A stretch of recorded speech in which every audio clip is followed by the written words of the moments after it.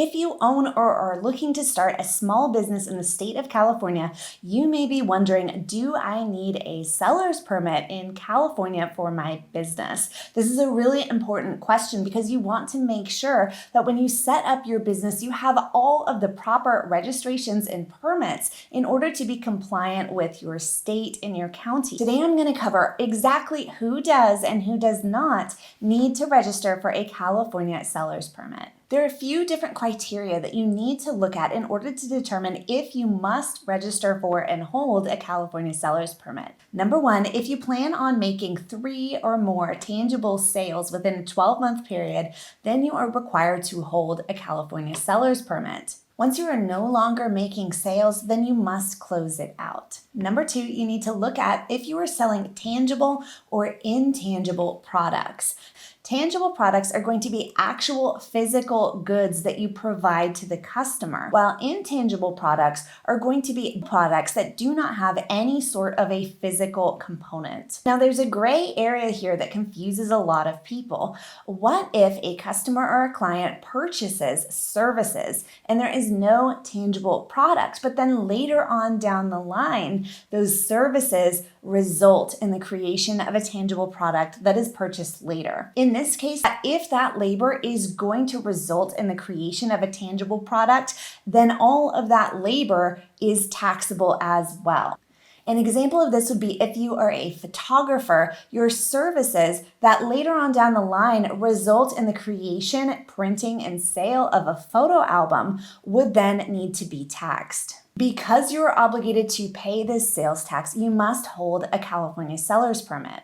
The next thing that you need to take into consideration is, are you selling through the use of a marketplace facilitator? A marketplace facilitator is a third-party organization that technically handles the sales transactions for you, but very specifically, they also handle the sales tax.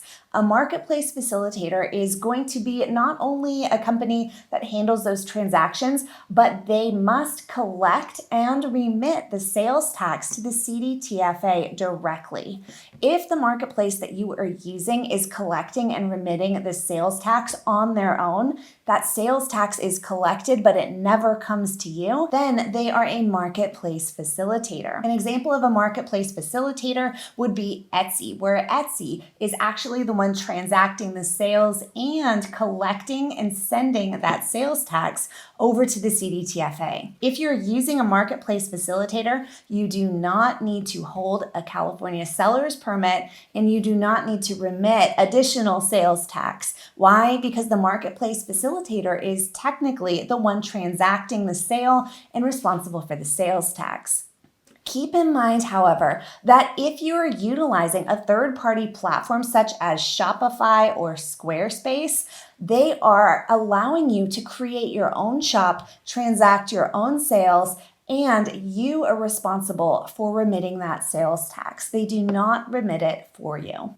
If you're wondering if your specific platform is a marketplace facilitator, then all of these platforms typically have this information addressed in their frequently asked questions section. Go to their information and search for marketplace facilitator or for sales tax, and you should be able to locate this information. Now, some of you may be wondering, what if you only plan on conducting temporary sales, such as selling at a craft fair or a pop-up shop? What if you do not permanently need a seller's permit? You are still required to obtain a seller's permit. However, if your sales and your situation is going to be temporary, you can obtain a temporary seller's permit as opposed to a regular long-term seller's permit. If you have questions on this, be sure to leave the questions in the comments. I am more than happy to check in and clarify on what is still confusing you about who needs a California seller's permit. For those of you who are ready to apply for a California seller's permit, I want to encourage you to click this video that is popping up here where I walk you through the process.